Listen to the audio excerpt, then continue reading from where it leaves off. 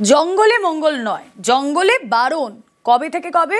16 June থেকে 15 September. জীবজন্তুদের মেটিং season অর্থাৎ প্রজননের সময়, তাই জঙ্গলে ঢোকা বারণ।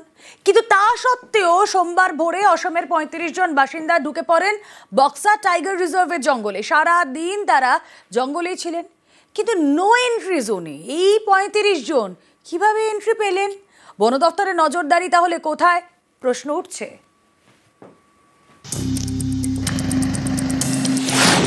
16 জুন থেকে 15 সেপ্টেম্বর জীবজন্তুদের মিটিং সিজন, প্রজননের সময়। এই 3 মাস জঙ্গলে ঢোকা বারণ। তা সত্ত্বেও সোমবার বক্সা টাইগার রিজার্ভের মতো জঙ্গলে ঢুকে পড়েন 35 জন। প্রত্যেকে অসমের বাসিন্দা। সারাদিন তারা জঙ্গলের মধ্যেই ছিলেন। সোমবার রাত 9টায় জয়ন্তী থেকে তাদের আটক করে বন দপ্তর, পরে ছেড়ে দেওয়া হয়। এখানেই উঠছে নানা প্রশ্ন।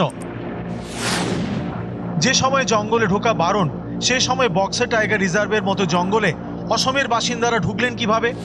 একজন দুজন নয়, 35 জন ঢুকে পড়লেন টাইগার রিজার্ভে। বন দপ্তরের তো 24 ঘন্টা নজরদারি থাকার কথা। তারপরেও 35 জন কিভাবে বন দপ্তরের নজর এড়িয়ে জঙ্গলে ঢুকে পড়লেন? সোমবার ভোর 6টায় তারা জঙ্গলে ঢোকেন, তারপর সারাদিন জঙ্গলের ভেতরেই কাটান। এরপরেও বন দপ্তরের কি কিছুই নজরে পড়ল না? এই গাফিলতির দায় ঝাড়তেই কি ধৃতদের নিঃশর্তে মুক্তির কথা বলা হয়েছে?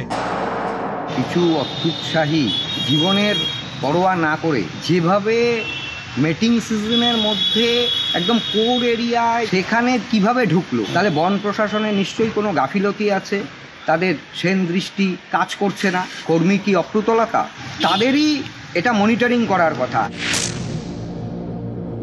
আলিপুরদুয়ার থেকে রাজকুমার কর্মকার, নিউজ 18 বাংলা।